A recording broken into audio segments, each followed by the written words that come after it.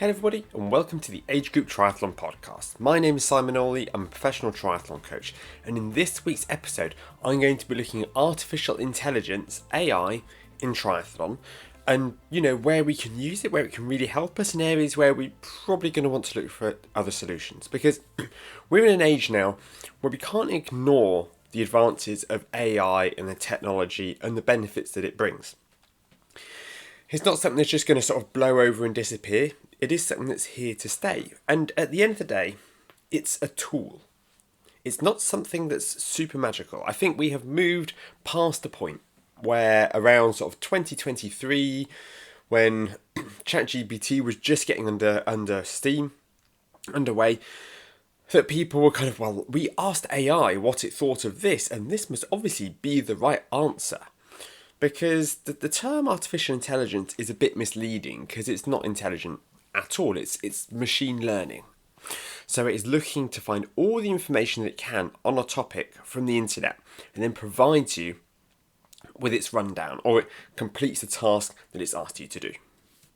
And as I'm going to touch on later, rather than treating what AI says as being gospel or being, what this fantastic computer engine has created, we do need to take a lot of what it says with a pinch of salt. But what I'm going to do, because I don't want to be a Debbie Downer, we're going to start off with the positive applications of artificial intelligence in a triathlete's approach, in their preparation for an event, even the analysis of their event, to be able to help us sort of accelerate a lot of processes that would take an awful long time otherwise. So AI has an unparalleled ability to crunch numbers, to be able to take a large data set and to be able to dilute it and tell you what it is that you need to know. And this is incredibly useful when we are researching which races to do. So we could ask it, I'm looking to do an Ironman event in North America. Can you give me the median finish times for all of the full distance Ironman events, or the 70.3 Ironman events, or including unofficial Ironman events? You can ask it. So rather than you having to go through all these results pages, because AI, it can only really find what the public can see. It can't see anything behind a paywall, but it can go through all of the results from these races, and it can go, yes, I can tell you that the mean average finishing time over an Ironman 70.3 was 6 hours and 10 minutes, something like that. I imagine it would be. Here, and then you could ask it, well, which were the faster races, or you could ask it, can you help me find the sort of the flattest races with the least elevation? Can you help me identify races that have the full sort of 17-hour cutoff for a full distance Ironman? And this, because it only has to do a very surface level skim over the information available, it allows you to be able to conduct this research, what would have taken hours before, in, a minute or two. But something is really important. Before you pay your money and before you sign up for your event, you need to double check this, because you always need to double check the work that AI does for you, especially if it is something as consequential as which Ironman event it is that you're entering. If AI tells you this event has a 17-hour cutoff, but that was based on old information, we'll get onto that later, and actually since you only have 15 and a half hours to complete it, that's suddenly putting a massive amount of pressure on you, and that's going to give you a real fright. So it's really important you double check it when it's something that's really big, such as this, especially to make sure the information it's given you is still relevant. Speaking of numbers, AI likes really objective questions and very simple tasks that it can do really quickly and give you, a reasonable insight to. And a post-race analysis of your file, so your power file, your running file, the heart rate data, whatever that is. You can upload that and you can ask it to also to take into account your finish times for the event, and it should be able to look through all of the results for that event. If you provide it with it. Now, a lot of models, they don't refresh, they don't keep trawling the internet repeatedly. It depends on the version of a different model that it is that you're using. For instance, the free models out there, their information can be out of date by over a year in some cases. Whereas some of the more premium models, those are updated more often, they may be able to sort of refresh, but you may have to upload some data to it from the results and ask it to track, like, where is it that I need to focus? What can I improve on? And it will then be able to give you, a breakdown, and you could then ask it some follow-up questions. If it says your swimming is really, below par, that is by far your weakest discipline, then you could ask it, well, what tips is it that you have for me to help me improve my swimming? And it would give you some pretty basic breakdown of sort of tips for open water swimming, which on one hand is nice, but then again, is nothing that you couldn't have worked out with a bit of surface level research yourself. If you are very new to triathlon and cycling power and all of these, relatively complicated metrics in the grand scheme of things, you could upload your race file and ask it to be able to analyse it for you, and it will then come back and it can give you some information, some insights on what it sees. It seems that it might be able to say, oh, it looks like you went, a little bit, used too much power here, you went a little bit hard, and we feel that might have slowed you down later on. But as we are starting to look at this, we are starting to move more into the subjective side of things. And this is where AI can come up short. Now, a cousin of mine is an engineer, and at his work, there is a large team of engineers who are having a lot of fun with AI, and they're doing some really interesting and exciting things with it, because it allows them to crunch all of these numbers in this data. And if they are especially careful with the prompts that they use, and they double check the workings, it really allows them to be able to do an awful lot, because it is all very objective data, which means it's numbers, it's relatively simple, there is no nuance involved in it. They're asking it to crunch this this data set and be able to summarize it and break down and give us a rundown of everything that has happened from this information that we've gleaned, which again, incredibly useful. But when you start asking it for advice on how could I have paced that bike better, that is when things do start to become a little bit sort of subjective, which means that it's definitely up to somebody's opinion. Because some people may look at that file and go, oh, you went too hard on that climb there. An AI model may look at that, because an AI model is just going to take what other people have said about similar things. You could say, you went too hard on that climb, you should have used less power. Where I, as a coach, could look at that climb and go, well, that was a short climb at the bottom of a long descent, and they needed to use more power there to be able to maintain their momentum and use less energy in total. So this is when if you are looking for advice on how to improve, or for them to really analyse the contents of a file and what it is that you could have done better. This is where we do need to take it with a little bit of a pinch of salt. When it comes down to churning through the data and be able to analyse, give me a rundown of my training year, how much did I spend on each discipline, analyse my race results and how I improved over the year relative to my peers. This is all stuff that it would save you a large amount of time trawling through results otherwise. Now, it's really useful for helping you find very specific information that is difficult to come across. Now, as someone who's been known to take a bike apart and rebuild it after re-greasing everything and really sort of breaking down all sort of installing new parts that I've ordered online, on more than one occasion I've been there and I've got the part number, and it is a very specific part. So for instance, if we're looking at shifters, it's European shifters, so that's the important thing, and it's also a 10-speed shifter from this certain group set.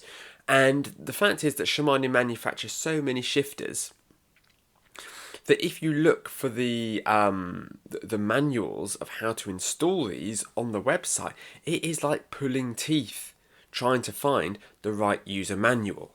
Whereas if you were to go to AI and you were to go, I've just purchased, and you put in the part number and the manufacturer and what is it you're trying to do, and I'm having trouble installing it, can you help?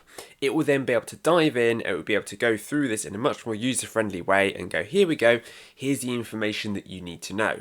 And you should hopefully be able to ask it some follow-up questions. Now, of course, it's not going to actually install the part for you. That goes without saying. You still need to learn the basic skills, but it's great for, there's this huge swathe of information out there, and you're going, I need to trawl through all this information and find what it is, that I need to know about this. And it can also, if you do have follow-up questions, you could come back and say, oh yes, this is a common problem experienced by many users, and the workaround is, and it can share that information with you. Now, because it would likely be trawling blogs and forums and that for user experiences at this point, the quality of that data set is going to be a bit questionable, because it could be people asking questions who they've quoted the wrong part number and somebody's corrected them further down this forum post, but the AI hasn't picked up on that and it's giving you some inaccurate information. It could be assuming that you have a level of experience or tools that you don't have, or it may fail to mention that you need this tool, and by the time that you take something apart, you realise that you don't have what you need to put it back together again. So we do need to use our brains here. And again, I think that people are getting a lot better with AI and engaging their brains and double checking the work. But being able to trawl through all this information and pull out what you need to know is a really useful application. And it's also incredibly useful at helping you track down the right equipment or knowing what kit it is that you're going to need. If you ask it, what do I need to train for a triathlon? It will come out with a sort of a shopping list of things that you need. And you could then say, what size wetsuit would I need? These are my measurements. And it could go, okay, well, here are some popular brands. Here are the sizing equivalent of where you're going to be. And here are some shops that have it in stock. And that is a really useful shortcut, because it is going through and it's trawling all that information, which isn't especially heavy information. It's not like it's going to be a lot of work for the AI model. It's just going, who has it in stock in the size that we need based on the measurements that they've given me and the manufacturer guidelines. Here we go. Order this from, Bill's Bikes, and it'll be with you by Wednesday. And that is the kind of experience that, it's really nice to be able to have something that can fast track like that. And it becomes all the more important when it comes to when you're looking to solve very sort of specific and certain problems, as a lot of us have with bikes. I'm looking for some aero bars that are going to fit they're going to clamp onto the existing aero handlebars that come on my road aero bike. Where is it that I can get them? What's the pricing? What torque do I need to apply when I'm installing them? And you can get a lot of, again, objective information like that, because it's acting just sort of like a personal shopping assistant for you. Now, one of the major shortcomings with AI is that it can be very confidently wrong. It can state, here is this information that I have put together for you. And you can ask it to double check that information and go, yep, I've double checked it, that is correct. But you could then provide it with some additional information. You could say, well, hang on, that doesn't stack up with this information here. And then the AI could come back and go, you're absolutely right. Thank you for pushing back on that. What I initially told you is wrong, and this is actually what's correct instead. Now, for you to be able to understand that and filter that, you as an individual, you need to know which questions to ask. And that is a big problem when you don't know much about something, because you don't know which questions it is that you need to ask.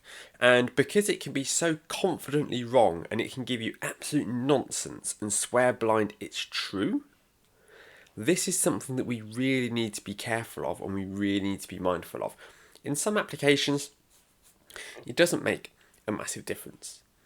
But when you consider all of the time and the money and everything that we're investing into our triathlon performance, realistically, we need something that is, that is going to be a bit more sort of worldly wise, something that's going to be able to spot bad information a little bit easier. Now, a reason for a lot of the very conflicting information and the reason you get so many things wrong is the way that AI works. So, for those who aren't aware, if you ask it a question, it will then trawl the web and it will find all the information it can on a topic. And so that means it's going to be getting its information from Reddit, which, let's be honest, is hardly the fountain of knowledge. Influencers who are just trying to sell something, and that information is going to be included. It could come back and go, Will's Wetsuits is a very highly recommended and highly rated brand, but that's because they have a number of influencers that they have paid to say that, and actually the wetsuits themselves might be a bit rubbish, but there'd be no way of you be able to know that because the AI may glance past that. Now, it does, I think, that they're trying to improve this, and it does have preferred data sources. But when you're asking questions about a topic such as triathlon, especially if it's quite a specific question, there may not be an enormous amount of information out there that is easy for AI to access on the subject. So I'm going to use an example where I was on the phone with an athlete, and we were looking over the course of a long distance triathlon. And we were trying to find what nutrition it is that they have at the aid stations. Now, I had a look on their the website to try and find information about the nutrition, and I couldn't. So I typed into Google what nutrition they used, and it came back. It gave me the Google AI overview. And when I'm on the phone with a client, I don't tend to do my due diligence as much as I might if I didn't have a client on the end of the phone.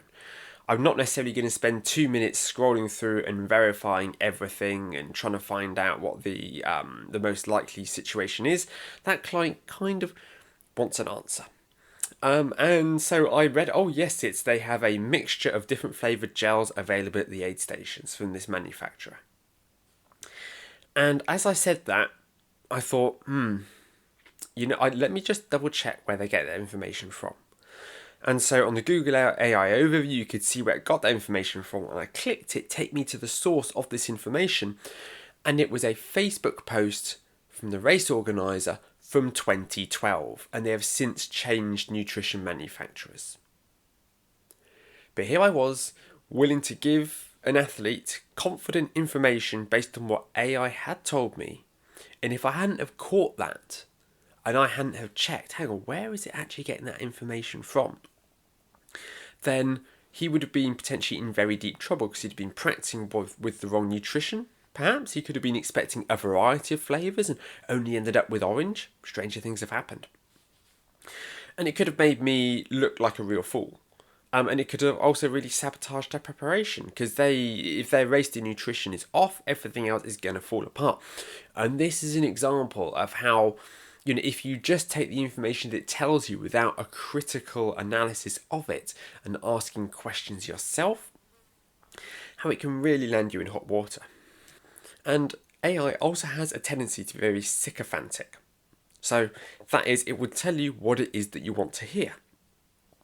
Now, part of that is because, people want you to feel good. They want you to feel nice when you are using their AI agents or their AI models. And that is going to want to make you come back for more, to ask for more help further down the line. The issue with this is that when we're looking at something such as triathlon, where I'm not going to say the stakes are high, because in some cases the stakes are very low. We are just going out there swimming, cycling and running at the end of the day. That's not to say it doesn't mean an awful lot to us as individuals. And if something just tells you what you want to hear all the time, that's going to become a bit of an issue, because it's not going to call you out when you need to be called out. It's not going to have a hard conversation with you. It's not going to sort of try and pin you down and frame it in a nice, gentle way of going, look, I understand that you've had some problems, you've had some setbacks, and that's understandable. But the fact of the matter is that unless we're able to fit more training in, we're not going to be able to complete our event. And if we're not able to complete our event, do we need to have a look at a shorter events? Do we need to look at deferring our place? Let's explore the options. What do you think you feel? That is the kind of conversation that a human coach would have with you. Whereas AI would be a more case of, oh, yes, I see you have had trouble. I understand that you have had trouble completing workouts. That must be really tough. But as long as you really do well with your training in the last 6 weeks, you should have no problem. But it doesn't understand your current level of fitness. It's just based that information on, I mean, there are plenty of influencers out there and people who say, oh, look, I completed a marathon on no training. If you ask AI, can you complete a marathon on no training? It will say yes. It may not be recommended, but it is possible to complete a marathon with no training. And this kind of wanting to tell you what it is that you want to hear is a major drawback. It's a major setback because it's not going to push you when you need to be pushed. It's not going to hold you to account. And knowing that a machine that is probably going to tell you what it is that you want to hear anyway is the only thing holding you accountable isn't going to be super beneficial. Because at the end of the day, AI doesn't know you. They can gather data on the conversations that you have and build a picture of who you are and your personality, the things you respond well to. And I hear of some people who use it like a therapist, which I would say is highly questionable to be sharing that much personal information with something that's going to store it all on some big database and use it to influence their decisions when talking to others, but each their own. But how that, it can actually be quite damaging in some cases if it is just not going to tell you what it is that you need to hear. But when we're going back to it collecting, not really knowing you, if it has a huge amount of data on you, now you can now attach your Strava account to AI. I think they set up a bridge between them so it can run through and collect all of your data, which again, I'm a little bit dubious about giving you all of my personal data and where it is that I do all my training and sessions and that. I don't know, maybe I'm overthinking it, but I wouldn't necessarily want all of that uploaded onto this enormous database. But for that lots of people can access. But the issue with it not really knowing you is that it's not going to give information that's really that specific to you, because it's just, again, it's going to tell you what it is that you want to hear. It's going to give you the simple answer.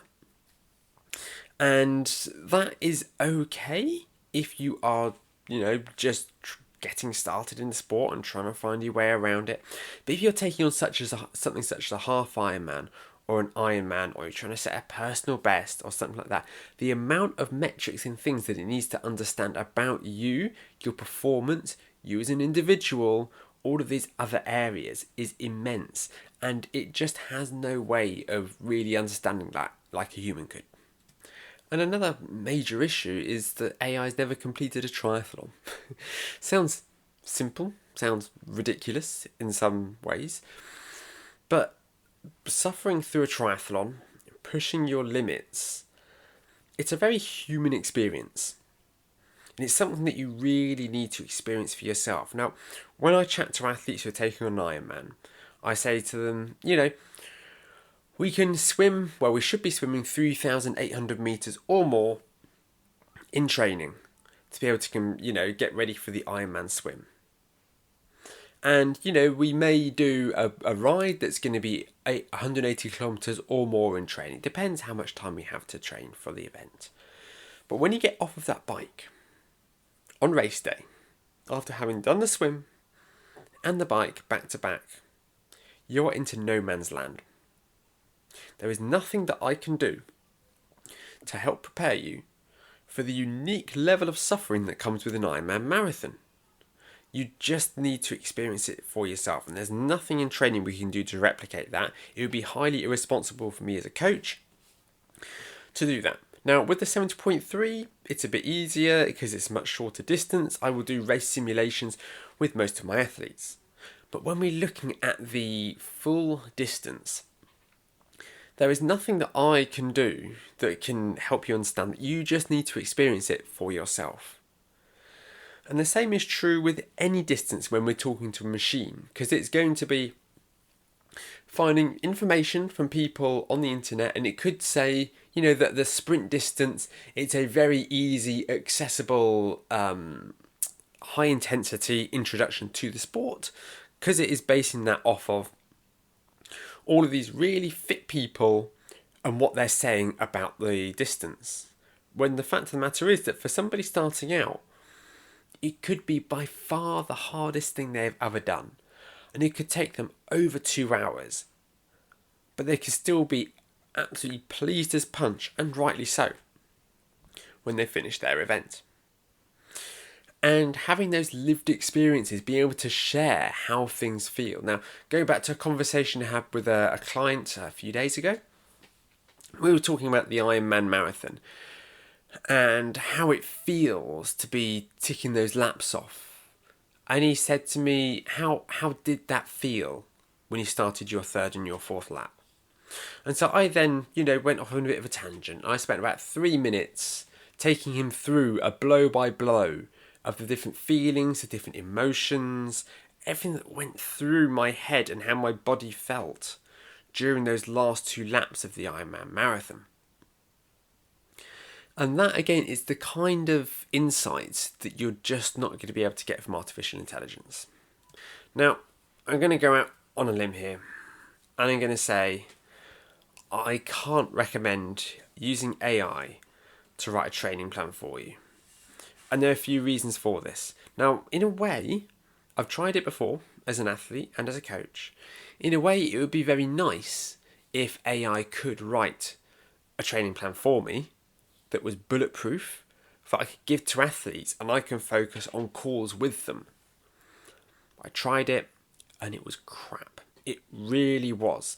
And this was using some very expensive software that used an AI model. And I was deeply disappointed. I was hoping that it was going to be able to look at an entire athlete's history, go through everything, create something that's really personal to them. But it just didn't work. It just didn't do what it was supposed to do. Because it didn't have the insights. I was unable to be able to give it the information to prompt it, to be able to to be able to push it in the right direction.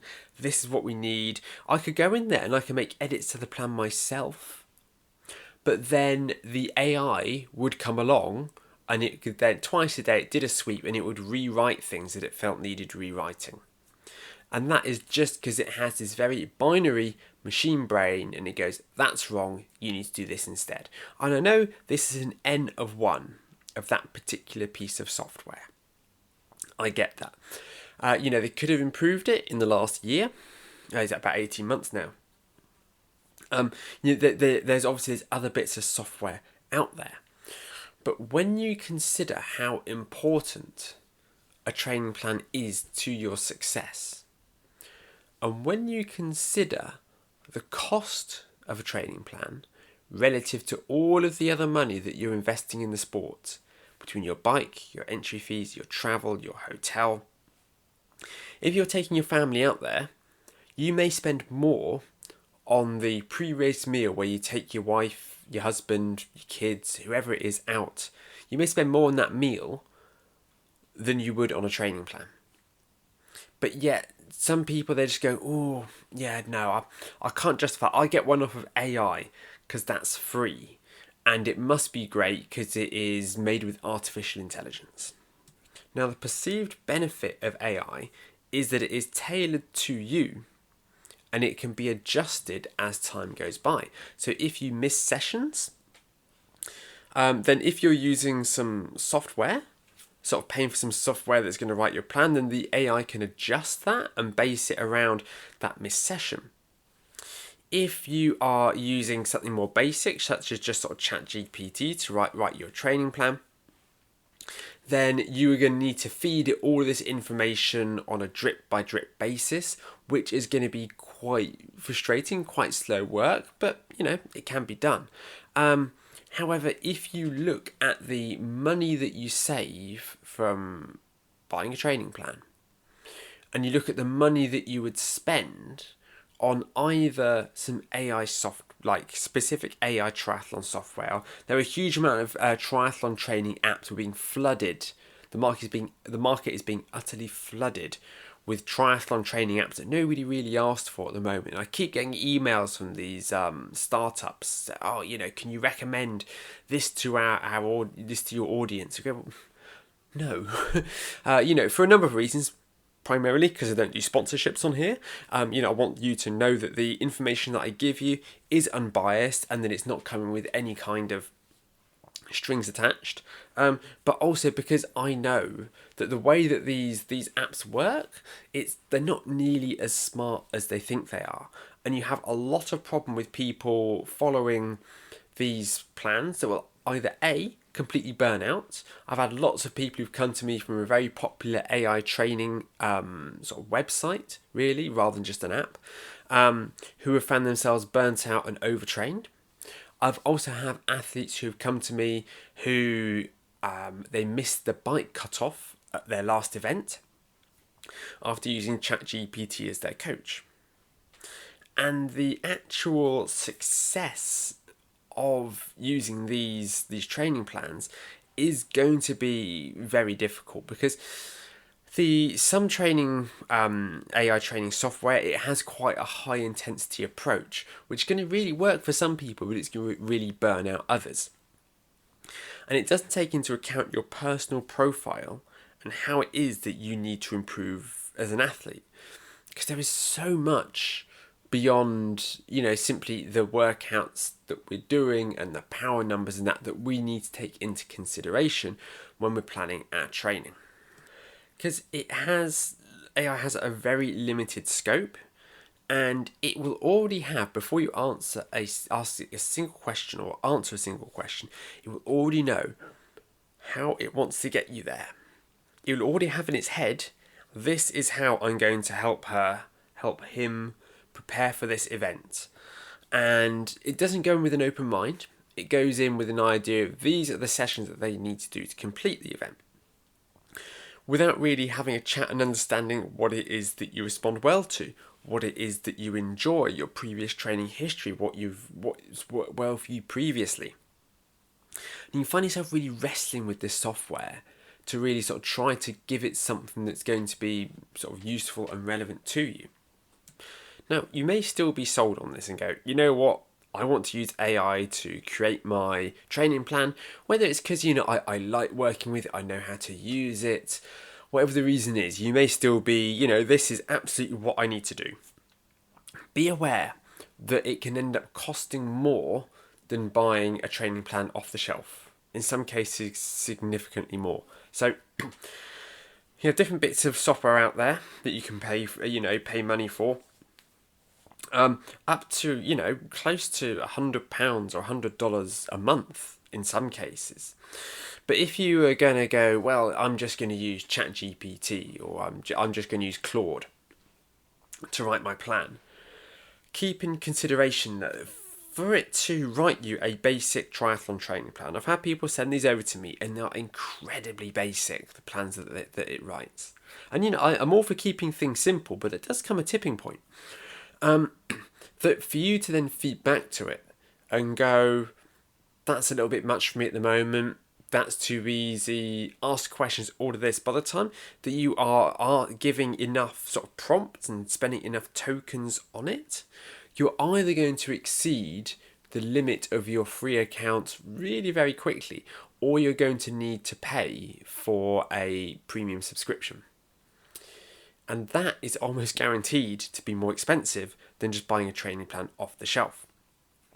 Now, of course, the counter argument to that is, yes, but with a training plan, it's rigid, it's fixed, whereas this, it will, I can edit it around me over time. And that is true. But the training plans that I sell, and again, I can only speak for myself personally, I include in them, with every training plan that I sell, a free triathlon training guide, which tells you what to do if you fall ill, how to avoid an injury, how to move your schedule around, how to use training peaks to achieve this. And the idea is that somebody can buy one of my admittedly rigid training plans, as all are, but then to be able to go in there and to be able to make edits to the plan based on their ability, the hours they have available, fatigue, illness, all these things that come along. Because for me, what's important is teaching athletes how to become more efficient, better athletes over time. And this is something that you don't get if you just have AI hold your hand. And this is a skill that I think that we are losing in this age of artificial intelligence. If I'm being honest, maybe this just makes me sound like a bit of a millennial. But the ability, to be able to learn things, to have sort of shared experiences with other people, to discuss things, people are sort of falling down this hole almost of, some people I should say, falling down this hole of sort of AI psychosis, where they think that AI can give them everything they need, and they're convinced that they can make millions with AI, and that, they ask it for all this advice through their life. And they can find themselves becoming, a bit of a hermit, and they're not actually learning things. They're just consuming. And they don't necessarily feel the need to retain information or to learn things or to develop skills, such as how to write an email, because they'll just ask AI to do it. And this is, a concern that I have for athletes, specifically within the context of triathlon, but also just, for people in general. I think that we're at the risk of losing a lot of skills, because AI, as I said at the start, it's a tool. It's only as good as the user. Now, in some hands, it can be incredibly efficient, incredibly powerful. But if you don't know what you're doing, if it's in the wrong hands, if you're overly reliant on it, you won't actually come away from it knowing how to better train for that season of triathlon next year, because you won't have really been sort of challenged. You won't have learnt things. Whereas I want to teach athletes. I want to help people. If somebody follows one of my plans, purchases one of my plans, I want them to be able to follow that plan, to use the triathlon training guide to guide them through the whole experience. And they can then, if they want to do the same event again, they can use the same plan, or they would be able to go and, write a year of training based off of that plan that I had, or they might want to get, they are learning things from this. They are getting value from it beyond simply a list of workouts. And that is all that AI is really going to give you, is a list of workouts. Now, the downside to this simple list of workouts that you get is that isn't then sent to Garmin Connect or Zwift or Polar or any software like that.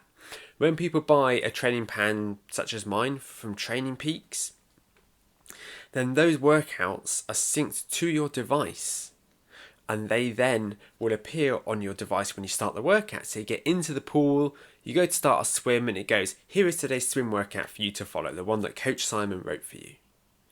Or if you're going out for a run, it will then alert you when you're going over or under your target pace, how many intervals you have left. This is all really useful, and it's something that the vast majority of athletes who I work with, they come back and they sing the praises for that when they first start. They go, it's so useful, I don't have to remember things anymore. It really helps keep me on track.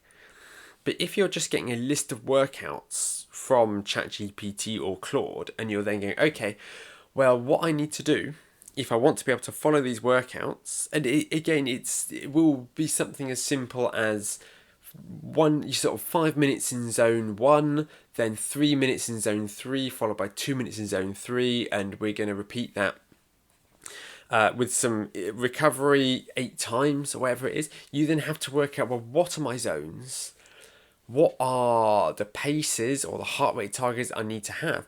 And if you want to have the workouts on your watch, which most triathletes do in this day and age, you're then going to have to manually create a workout within Garmin Connect or whatever software it is that you use, with all the percentages of what your targets are going to be.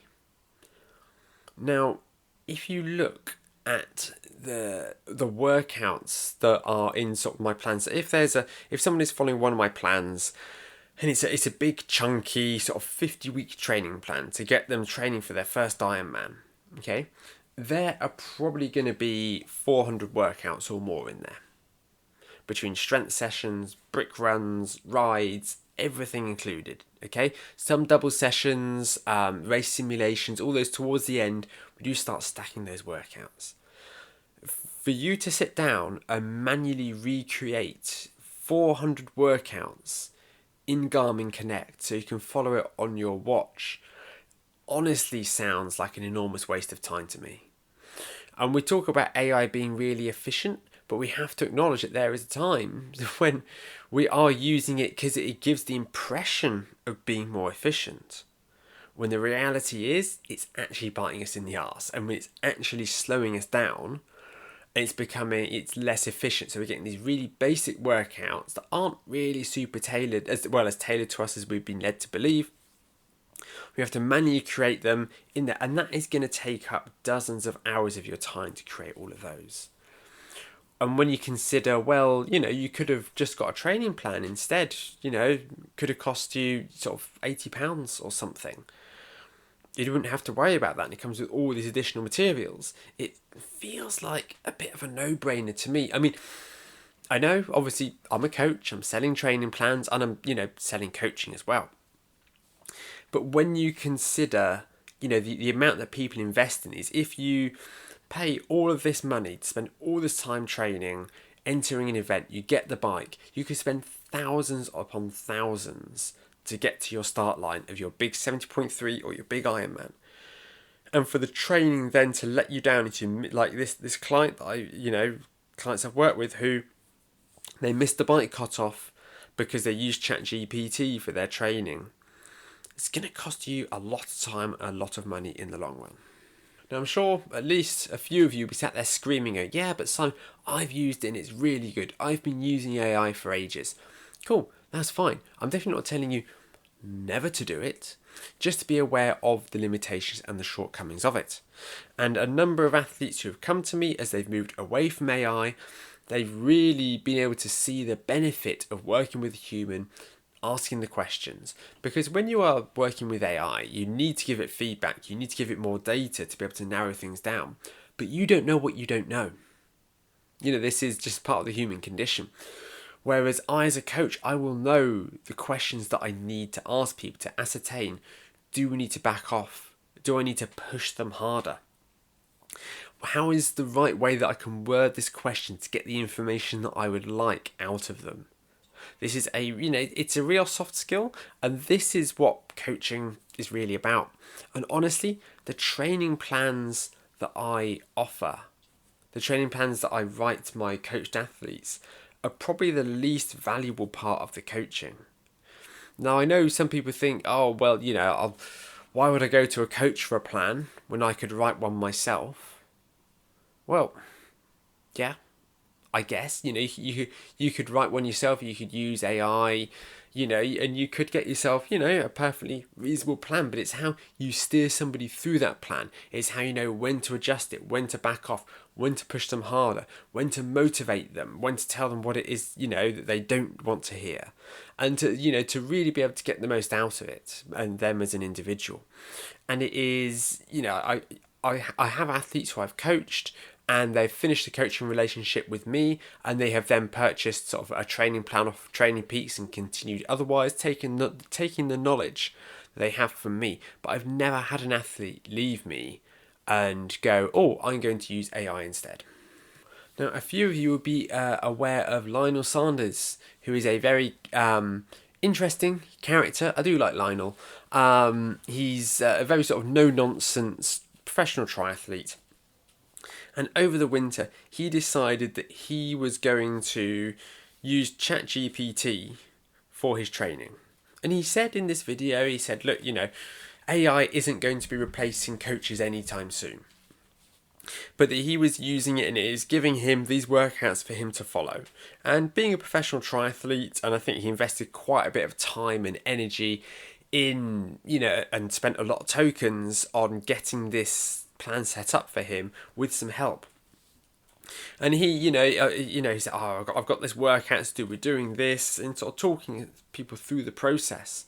First race, since he started, this ChatGPT coaching, he crashed and he burned, and he dropped it like a bad habit. Because especially if you're a professional triathlete, that just seems daft to me. Now, Lionel, he isn't a very coachable athlete by his own admission. He gets through coaches like hot knife through butter. There's various reasons for that. I think it's just kind of in his personality, in his blood. a little bit. But even a professional athlete with all that experience in the world, having, what some people hail as artificial intelligence, it's an accumulation of everything that we know about the sport, and it's going to be able to write you the best plan. It just doesn't work like that.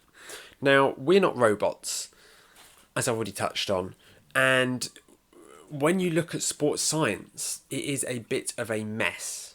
Now, most science is more of a mess than people realise. The amount of conflicting data out there, we all get a relatively simplified version as consumers of what the science says. But if I use the example of we gave 200 athletes this supplement, and 140 of them saw an improvement in their performance, or even 110 saw an improvement in their performance, the takeaway from that, the conclusion of that study, will be this supplement improves performance. But what if you're one of those 90 people, say, who didn't see an improvement? Well, that wouldn't work for you, because something about your physiology or your body, or how it interacted with the foods that you ate, whatever reason that could be, it didn't have the intended effect. And people, understandably, they see triathlon as being a mathematical problem to solve. I need to eat this many calories, I need to have these supplements, I need to spend this much time training in this zone, I need to target these power zones, and I will be able to qualify for the Ironman World Championships off the back of that. And it just does not work like that. There is so many moving parts that we need to take into account. And it is very appealing, the idea of AI creating this perfect training plan for you that's going to get you in the ultimate fitness. But life, science, it just doesn't work like that. What works for some people works really poorly for others. Some people really thrive on a polarized training model, where you do most of your time in zone 1, zone 2, and with some VO2 intervals in there. Whereas others, they do much better on a pyramidal model. Some will really thrive on a higher intensity training model. We're all individuals. And the science of, the best way to train, it just doesn't exist. We're individuals. It's my job as a coach to be able to tease out and understand what it is that is really going to work for you, what it is that you're going to respond to. Now, one question to ask yourself before we go is, could AI do your job? And chances are, or could have done your job if you were tired. Chances are you go, well, there are certain aspects that it could have done. But unless you work in something such as data entry, which, let's be honest, I think AI has completely replaced that as a job. Unless you work something that really is very basic, repetitive, like that, you go, yeah, that there's bits of my job that AI could do. But if you asked it to do something for you, you would have to sit there and you would need to check the work that it does very thoroughly. And in some cases, you could end up spending as much time double checking that work as it would for you to have done it yourself. Now, it's not always the case, but in some cases, I think, especially when it comes to like writing a blog post or an email or something, the amount of time to go through and to make it sound human and less AI, it would have sounded a lot more authentic, a lot less awkward, and in some cases even been quicker to start from scratch. You could use AI to summarise things and go, what should I put into my reply? And you can then, give you some pointers that you might need to cover. You can get it to sort of, again, skim read large documents for you that you don't necessarily need to know everything about. But for you to then for it to be able to replace you entirely, you would go, well, no, it couldn't replace me as a human being, because there's just all this sort of experience and insights and nuances that I understand that it doesn't. And it's the same with training plans. Again, there are some very useful applications for AI, for triathletes when it comes to crunching numbers, that objective, help me find this, understand this, calculate this, give me an average of this, okay? Really useful. But when it comes to trying to replace a training plan written by a professional, or working with a human coach on a one-to-one basis, it really comes up very short. Now, if you can't afford to work with a coach, that's fine. I'd say the majority of triathletes can't afford to work with a coach, and that's no problem. Just how it is. But even if you can't work with a coach, you're probably better off spending the money, getting a proper training plan from myself. There's a link down in the show notes, or browsing the Training Peaks web store, seeing what you can find from there. And actually have something that is written by a human that understands what it takes to compete in a triathlon, and to be able to put together the right sessions that you're actually going to need, rather than what a computer thinks might happen. Because I don't want you to miss any bike cutoffs. I don't want you to fail to achieve your goals because you simply sort of blindly followed what it is that a computer churned out for you. Thank you once again for your company. I hope you enjoyed it. If you found this episode useful, if you found it insightful, if you learned anything, please give me a 5-star rating, and a review would be lovely jubbly as well. Going to wish you the very best of luck with your training in the week ahead. See you next Tuesday morning.